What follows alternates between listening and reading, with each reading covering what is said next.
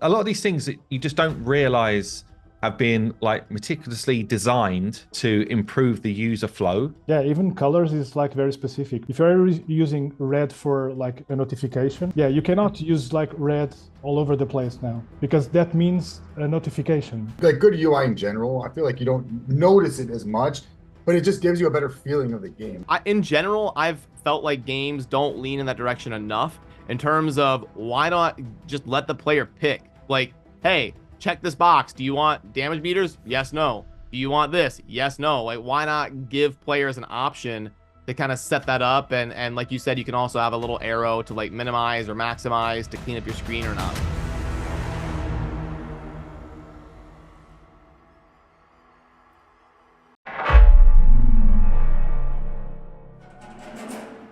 Hey everybody, welcome to this week's Fateless podcast episode. Joining me for the discussion today is going to be Simon and Dirk, and then a new member to the team, Henry. What is up? How you doing? Go ahead and introduce yourself to everybody and talk about kind of your journey and what you're bringing to the team and all that good stuff. Hey, what's up? I'm Henrique, also known as Henry in the Discord community.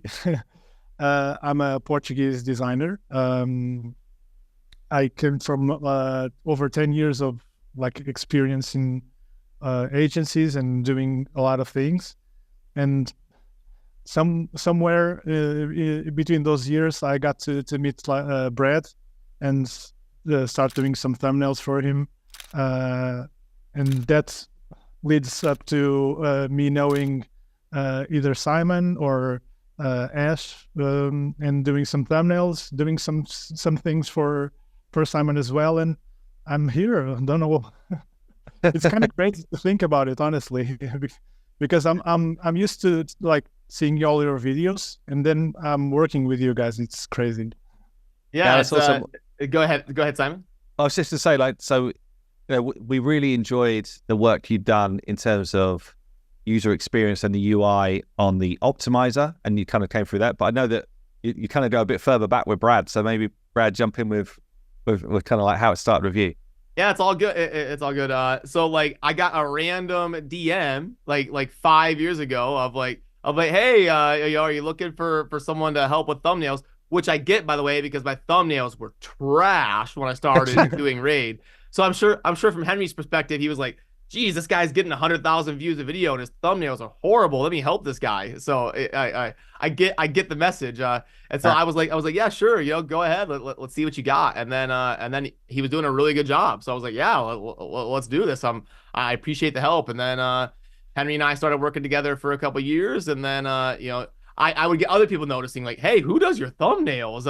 And I'm like, no, don't steal my guy. Like what's going on here? So then he ends up working with Ash and Hell Hades and HH Gaming. And then we all kind of become one big family. And years later, we're all working together on a project. So it's just kind of funny how the world works. Yeah, it was pretty funny that like to think that I was watching your videos. It's like I'm beginning to start playing Raid. And I was watching videos like I think everyone else. To see like the process, what the better ways to play is, and then I was like, I think I can do better thumbnails than this guy has. Let's do this like DM and see what happens, and it was crazy. And here we are. Yeah. Well, I guess like specifically for this project, you're actually coming on to do some of the UI and UX work. So basically the user interface, how people see the game, how people see the kind of various screens, and then how they interact with the game to make sure that it feels like it's smooth.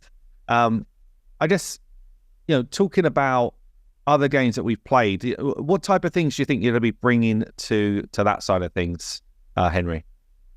So I'm a gamer for like over 20 or 30 years now. So I have like a lot of experience playing the games, and the last 3 or 4 years, I've been working on my UI UX skills and learning a lot every day. And I think my overall experience within like gacha games or raids or Eternal Evolution or Watcher of Realms, I think it's going to help me a lot to overcompensate the years of experience and years of experience in gaming I think I bring a lot to the table in terms of experience and like visual concept as well, because I'm an artist and I tend to do a lot of research and fine tuning some lore things, or I think I'm going to be able to make something great on this, honestly. Yeah. You actually showed us a kind of bit of research you did on the whole kind of like Riot and League of Legends UI stuff. So I guess it was just more about their overall kind of like brand composition. And it was super interesting, actually. Like, I love this type of thing where basically they're talking about, you know, the different color palettes they're going to use, the different shapes of buttons they're going to use, which represent different things within their game. And a lot of these things that you just don't realize have been like meticulously designed to improve the user flow. You just think it's like, oh, okay, well, you know, they've got this kind of like gold edging and it looks cool. But actually it's kind of like, well, actually, no, a diamond does this. A circle's going to do this in our game. A square will mean this. I played these games for years. Like, I play these games and I just, you just kind of like pick up what you should be doing, but actually they're really directing you with the different like core parts of their brand. Yeah, even colors is like very specific, because if you are using like, let's use red for instance. If you're using red for like a notification, or like the red dot that's driving us mad, the dreaded red dot, yeah, you cannot use like red all over the place now, because that means a notification. That doesn't mean anything else. You can use yellow for moving forward. You can use blue to something neutral. But yeah, even the colors are very specific. And League of Legends, I've made some research on them, and they are very meticulous on shapes and fonts and sizes and positions. It's very, very complicated and very interesting to know, because for the player, it's supposed to not be like super noticeable. It's something very common. Just playing the game, you don't notice those kind of things. Yeah. Oh, Dirk, have you got games which you can think of where it just felt like a kind of a breeze to play it because, you know, they've done such a good job of UI or UX, or, you know, is there anything that sort of stands out to you as like a gold standard? I think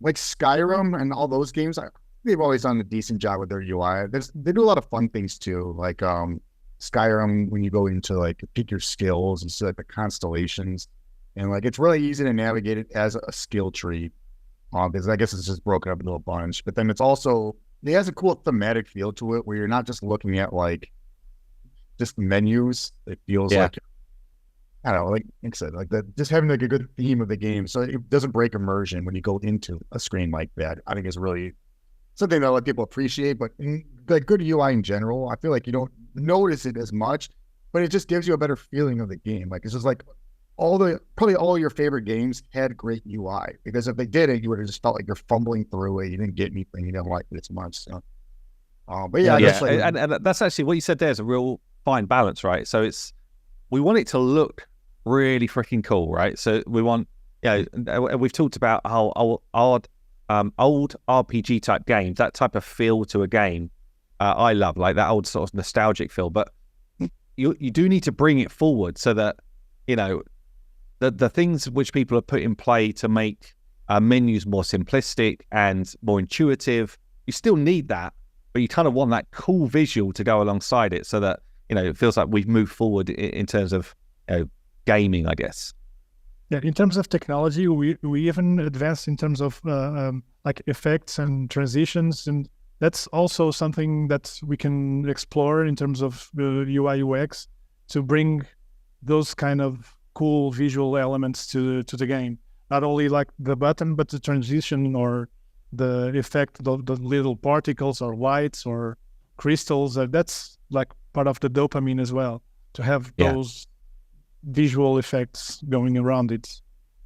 Yeah. And I guess we could also talk about like what are the things that we want to make sure that we have to have on our screen compared to maybe some other things that we've seen in games that we've played. I'll talk about, maybe I can kick it off where probably the my favorite thing I've ever seen on a UI and from a game in this industry is something like Eternal Evolution or Dragonair, where they show me like the battle data while it's happening. So I can see during a run, like, oh, this champion's really smacking after I rebuilt them. This is awesome. And I get that feedback right away during the run. I can see who's cranking out heals, who's hitting super hard. And for me, as someone who loves spreadsheets and data and stuff, I really love that live feedback of being able to watch the numbers. So that would be one that stands out to me, that if I were giving input on what I would want in our game, I'd want something like that.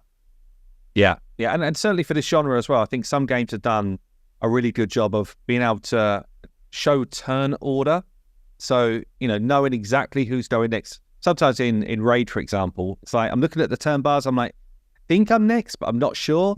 And then you're like, oh no, I'm actually like 4 turns behind all these other like mobs, but it looks like you're kind of next in line. So being able to see where you are in maybe like the next 5 or 6 turns, but also as you do an ability which perhaps pushes turn order, turn meter, or speed or whatever, seeing how that manipulates the order as well. I think for people that really want to get under the skin of truly playing the game, I think that type of thing is helpful, as long as you can just minimize it if it's not for you. There's any of the UI stuff which is kind of like a little bit of an added extra, like you said, Brad, with the kind of like damage meters and stuff, things which I'm talking about here.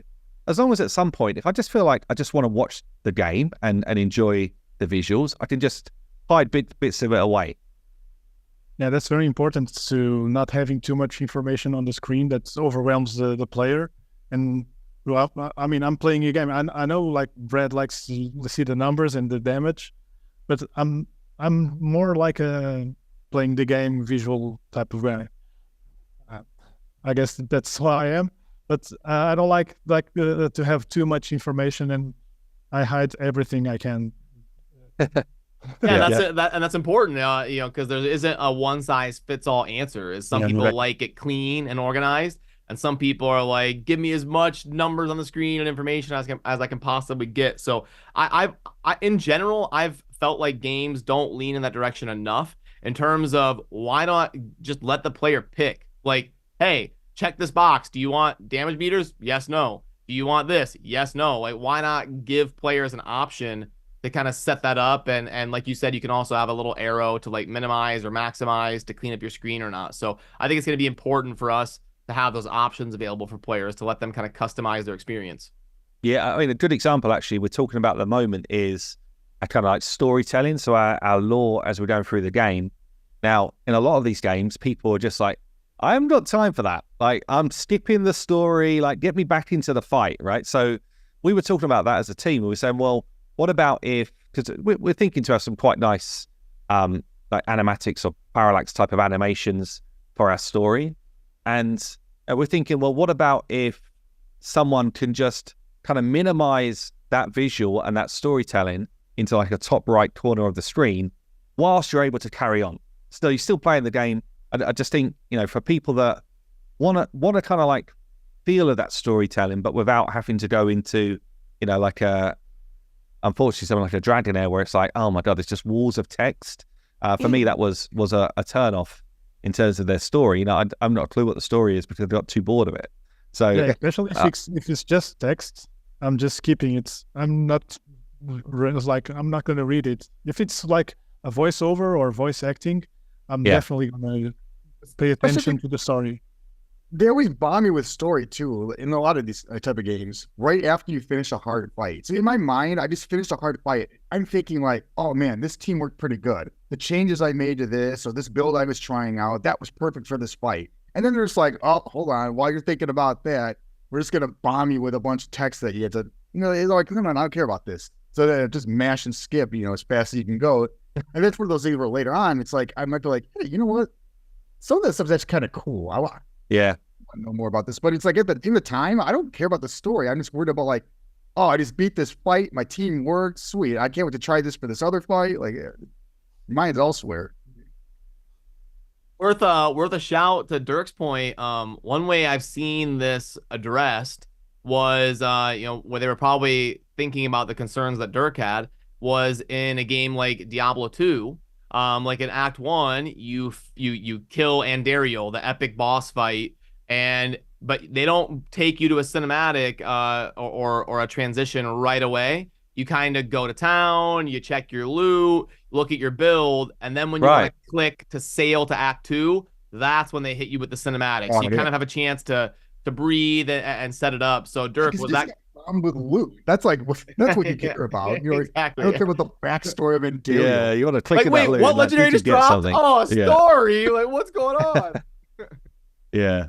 And I guess so. One of the other important things I think is being able to go back and rewatch some of those kind of like story clips at a later date. So if you're not really engaged in the story at first, but then you get a bit further down the line, it's like, well, hold on a minute. I'm actually quite enjoying some of these clips now. You could actually go back and do a bit of a flow through of the story, which I think, again, I think a lot of people would take advantage of that, actually. You know, once they're kind of a bit more invested in the game and they really feel like that they're in for the long haul, that's when you start to really get invested in the lore, I think. So there's some bits we can play around with there as well. Raid doesn't take advantage of that, honestly, because they have a story, and the only time you hear the story is at the beginning, and then it's over. It's not very enticing for the longest player to like get to know the story again or see the story. It's over. Yeah. I think they know they phoned it in, so they're like, no one's gonna want to go back and watch this. They rebought. It's not even an option. You're like, yeah, you didn't pay attention to that text scroll after you beat chapter 1 on normal. Well, never again. It's funny. Well, that's what they came out with Call of the Arbiter, right? So it's like, well, we tried to. Yeah, we missed, so now we're trying again. But actually, that was a decent effort. Call of the Arbiter was if we were in a position where in a few years' time we're talking about creating like an animated series for the game, I think we'd be pretty happy with that. That's true. You have to have a certain level of success to get to that. I think they got like 1 million or 2 views per episode. Like it was pretty decent. Yeah. I think, pretty sure they're now talking to bigger companies about whether there's an opportunity to do more with it. So, you can't really grumble at that. Yeah. Well, you heard it here first, folks. Simon confirmed a Fateless short series for our game. So I would love it. Honestly, I would absolutely love that. But time will tell. If how that cinematics coming along, it would be fun to see more of that. Yeah, the cinematic stuff that we're working on at the moment is really cool. And actually, bringing it into this conversation, we're also trying to make sure that it's a cool cinematic, but it sets you up for the initial experience in the game. And I think a cool cinematic gives us like this feeling of, we're a real studio. This is a real game. It's not kind of like just a cheap knockoff type of game. And if it then leads you into wanting to know more about the story and actually wanting to watch those first kind of like few clips around what's going on, I think then it's doing its job. So I'm pretty excited for it, actually. Like we've had these awesome, like really amazing storyboard artists like working through some of the initial clips and stuff and trying to like bring what we want to life. And it's so cool to see, actually. I love that type of thing. It's very important to like the cinematics. The first cinematics it's what sets you into the environment of the game. It's like you're entering the world. If you don't have like good cinematics in the beginning, you're kind of seeing the world through your phone. You're not entering the world. And that's very important in terms of experiencing the game, to have like a proper setup for the game itself. Yeah. And one thing I'd love to ask, actually, because normally you get through that cinematic or, the opening, and then you go into tutorial mode, right? So for me, this is a massive thing for user experience. It's like, how long should a tutorial be? How in-depth should it be? How much are we just kind of like taking for granted that the player already should know? All of these type of things. It's such a fine line between... It is, yeah. We really want you to hold our hand all the way through this early stage so you get it right, and just saying, look, we think you're going to have a certain amount of knowledge, so we're gonna allow you to go in and kind of make mistakes. Where do you guys sit on that? you can even like hide, like not hide, but add info buttons or help buttons in certain things that seem obvious, because you don't want like a super long tutorial that you in the middle of the tutorial you're like skipping because you don't care anymore. You like simple mechanic specific things in terms of either selecting champions or equipping champions or going through your roster or your gear or stages. But you don't want to overwhelm people with information right at the beginning, because that's gonna ruin a little bit of the experience. We actually we polled this to our community, and I'll let you guys kind of guess what you think the percentages were. We said, do you actually care about playing a game's tutorial or skip it as fast as you can? What do you think the percentages were on play or skip? Simon, go ahead. I mean, 80%. I would say, I reckon at least 70% would say they just want to skip it. You guys agree with that, 80. or? Yeah, Also that's what 80. do. It was actually skipping it was the minority. was 57, yeah, 57% said they want to play it, and 43% said they skip it as fast as they can. Ah, that's actually I'm surprised by that. Yeah. I'm surprised by that. I don't know, like I wouldn't want to do a full skip. Like a game, if I'm not too familiar with that type of game, I wouldn't want to just have like do you want to skip the tutorial? But I do want to do pretty. I don't want like a lot of chatter during the end. Chili chat. Yeah, like, crack jokes to you and stuff in the tutorial. Like, for context, I did a fun video or a thing on stream where I tried to set the world record for completing the raid tutorial. So I min-maxed it and planned my clicks and like went through it 100 times, trying to get through it like down to the second as fast as possible. And it took about 3 minutes to get through Ray's tutorial to the point where you can actually do your own inputs. So you figure Ray was probably thinking about 5 minutes that they want it to be. That's not but then, so what Raid do is when you go to like a new area of the game, there's like a mini talking heads type of thing, isn't there? Where they kind of just give you a bit of info. So you go into the tavern, for example, you get like a mini tutorial. So they don't kind of hit you with the full tutorial at once. You kind of get this, like you say, 3 minutes probably for an average player. What, 10 minutes? I'd say 4 or 5. Maybe less. Yeah. Okay. So do you feel like though let's take Raid's tutorial, so we know it well. I mean, I've done it at least 100 times, but probably more like 1,000 times. Yeah, right. Do you think you really learn anything in that tutorial? Well, they're basically showing you like, you put your heroes here on the left side, and then they go into battle, and you find them from the bottom, and like this is where the set icon is, and you're gonna put gear on, and you're gonna build a champion, and you're gonna upgrade it. They just kind of show you like those core the extreme systems. Basics. Yeah. because you got to look through the eyes of someone that doesn't know how to play the game at all. Yeah, the genre. You like, for instance, for us, maybe we know the genre and we go into a game, we already know like 70% of the mechanics, and it's fine. But for someone that doesn't understand at all, it can be very frustrating not to have like the proper setup for it. And I think it was actually it's a huge number of players leave within the first one day. It's like 70. I think 70% of players generally leave within the first day of trying a game, and then of this type, and then within the first week, it's something like 90% of players have left. Yes. And a lot of that will be just feeling like they don't understand how to play the game. Mm-hmm. And you'll see some games, they address that by letting you pick when you start playing. They're like, what is your level of expertise? And they let you pick like beginner, intermediate, expert. So, we could all click expert and be like, just let me get into the game. But somebody else could be like, I'm a beginner. I don't know what's going on in a game like this, like a mobile RPG. They click beginner and they get a more extensive tutorial. Yeah. I do wonder though, part of that is tutorial, part of that is just I guess false expectations. Like if I went into Dragoneer after seeing their advertisement thinking like, oh cool, we're gonna play this Diablo clone. Yeah. And it's not I would be out on day one.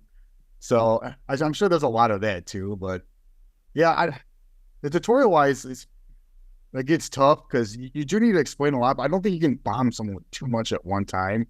Because sometimes you're just trying to figure out how to go and play the game, and they're like trying to show you like gear and all this other stuff. You're like, is this even relevant yet? What does this gear even do? Give you like +1 attack? Like, do I need that right now? Yeah. Do you think then there's some value in almost doing like a reward, like incentivized, more advanced tutorial? I think Clash of Clans did this, honestly. So it's almost like you've got this mini game mode where you go in and you need to beat this challenge, and the way you beat the challenge is by basically completing that tutorial point.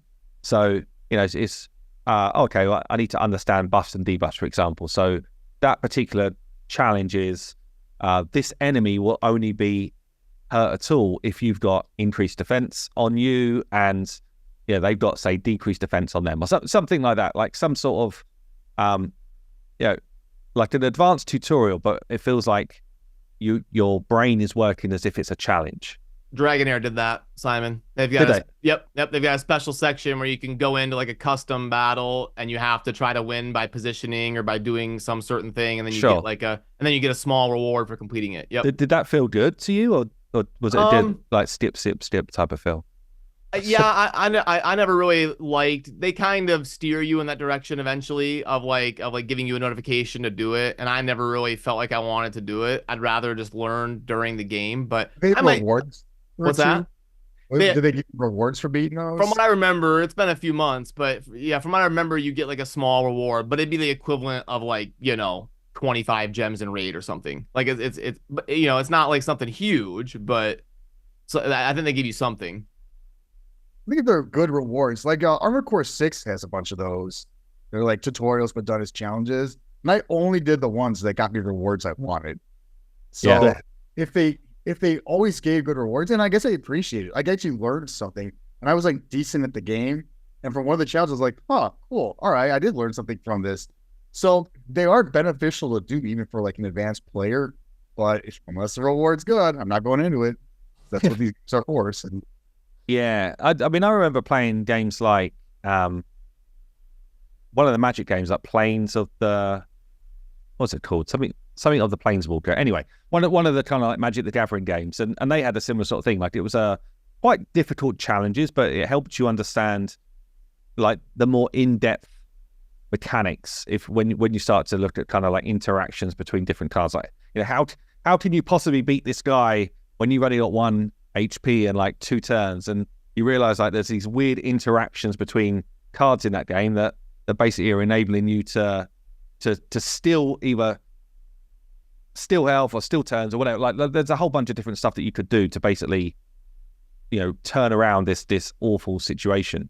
And I guess if you're quite creative with it, like they felt quite fun to do, and again they gave you rewards and stuff, and you could choose to do it in your own time. Like you didn't have to just go and do it from day one, but when you thought to yourself, right, I'm going to go in and do some of those challenges now, it's kind of like, okay, well, I'm free to do it whenever I want. I don't know if it would work in this genre or not. Like I don't know if I've done the Dragonair ones or not. I don't remember doing them, but you did a video. They don't stand out to me as like something which was a fun experience. So I can't remember. There's a video on YouTube. Yeah. Yeah, no, well, and then did we miss anything on UI? I know we talked about the turn meter. That was a good shout by Simon, because I definitely agree. I think that helps a lot to be able to visualize unusable. Like in Spider, what are you getting out of the turn meters in that fight? Well, because the group has full turn meter the whole fight. You're the Spider has a weird like overfill mechanic where like the turn meter sits on full for like 10 turns. Yeah, it's because there's so many Spider links, because like everyone will continue to gain ticks of turn meter after each turn. And normally there's not enough people for it to go into that far of overfill. But in Spider, since there's like 10 spiderlings out, plus your team, plus the spider. Yeah. Like everyone's always constantly in overfill. So like in order to take a turn, you have to have like 250% turn meter before it's actually your turn. And this display is terrible, man. Yeah. I mean, there's some fun stuff that we're already talking about. Henry's been in the mix this week, and we're already looking at, how you set up your team, what that looks like, how we're going to need to make that look for our game with some of the kind of more unique stuff we've got with our game experience. But what's interesting from someone who just plays these games and isn't a designer of these games is you look at a screen and you think to yourself, oh yeah, that's simple. But there's so many different off-spoke like screens that you need to think about. And then it's like, well, are we really directing the player in the right way? You know, is this like making them the most of what we've got available? Is it too complex? Is there too much on one screen? Do we need to almost like pop out another screen for this? And there's actually, I mean, it's a huge job, you know, like everything else with game building. This is a massive task to try and make sure the user flow is good and it's intuitive, and you know, we're not adding like complexity where we don't want to, but we're giving enough option. You know, there's a ton of stuff to think about actually. Yeah, even coming from a game like Raid, which it's well designed. I don't think it's kind of like has many UI UX flaws. I think has a couple, but on newer things. But coming from that game, it's almost like, for me at least, as a designer, I'll always tend to look on a perspective of what if I was the designer, what should I do here? What can I improve here? And actually, I'm starting to implement some of those things that I thought that I can do better. Also here, you know, on this game, on our game, it's very good to like have the backgrounds in this genre, because it allows me to explain to you guys more carefully what I mean, and it's way easier for me to make my own ideas and make my own points on something like you said, like the champion selection or roster. I think it's very, very common for non-gamer to make several mistakes. No, I think what you're saying is honestly it's mandatory that you have to be playing these games and in order to be the UI UX, because especially these games, more than probably most genres, is to have like, you'll have like 10 different currencies for buying things. You've got like 20 different resources for upgrading your characters in some way, and trying to display all of this in a neat way while still like highlighting your characters, because ultimately it's character collector and that should be the focal point. And then like, you know, trying to make sure everything's like legible. I think another big thing too is tool tips, which we can get into too, but using that, but being able to explain what things are too. Like I don't know, like if you just don't play these games, it's almost like its own language for a lot of these things. Trying to convey that with it. Oh, and if you get it, yeah, you might as well speak in another language. Even the super small stuff that most people wouldn't think of, but like the most annoying thing about Raid is that when you click on like the more info button on a champion, it brings up by default the stupid abbreviations. And so I calculated it one day. I've wasted about 6.5 hours of my life over the years just clicking over to the stats, because like I've done it 10,000 times. It's like, I want to see their stats. I don't need the abbreviations. The default screen should be, when I click more info, it pulls up the detailed stats. Yeah, I've had to click 10,000 times. I wonder what our version of that's going to be like, you know, in 5 years' time, when people are saying, you know, the game these guys created, it's good, but can you believe they did this? You know, we'll definitely have them, right? We will have them. Try not to make those, honestly, but who knows? Yeah, funny. Yeah, exactly. Well, is there anything we missed out on, or did we kind of cover our initial thoughts here on UX? We do have some epic things that are going to stand out in our game in terms of UI design, and it's difficult because right now we can't get too into the weeds. But yeah, there's a few things which we'd love to discuss, because actually it's some of the things which are really quite challenging. The ways which we're trying to, I guess, bring our own spin to this genre is going to be some of the stuff that Henry here has got some of the biggest challenges to overcome. But we can't really talk about that. So I think, yeah, it's probably quite a good time to wrap it up. Yeah, no problem. I'm sure Simon will be trying to do a leak video here. I've been trying to leak these for a while, but they're literally it's like a hard stop on this stuff. Maybe have to the next milestone. Yeah. And you just start showing gameplay, then it has to get leaked, right? So our unique selling point will be a dedicated discussion, because we're trying to really do something different with the design and all that kind of stuff. But yeah, thanks for joining us, Henry, and we're super stoked to have you on the team, and appreciate you taking the time to come on, do a discussion with us, and then let us know down below your thoughts in the comment section on what you think about UI and some of the things to make sure we put in the game and different menus and different kind of takes on that topic. And feel free to join the Discord server and embark on discussing that stuff as well. We'll put all the links down below. So cheers, guys, and thanks for joining me, and we will see you soon in the next Fateless podcast episode. Cheers.